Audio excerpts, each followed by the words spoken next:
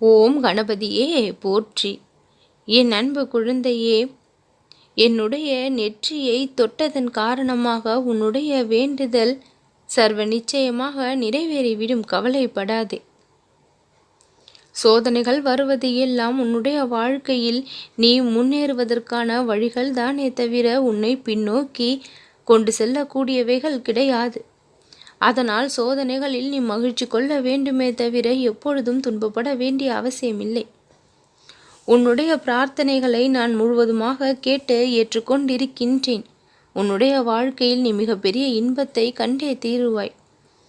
பிறரால் ஏற்படுத்தப்பட்ட சங்கடங்களையும் கவலைகளையும் கஷ்டங்களையும் சிறிது சிறிதாக உன்னுடைய மனதிற்குள் இருந்து வெளிக்கொண்டு வர வேண்டும்.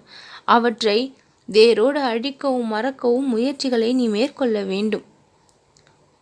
நம்முடைய சக்தியை மீறி அதிக அளவில் நாம்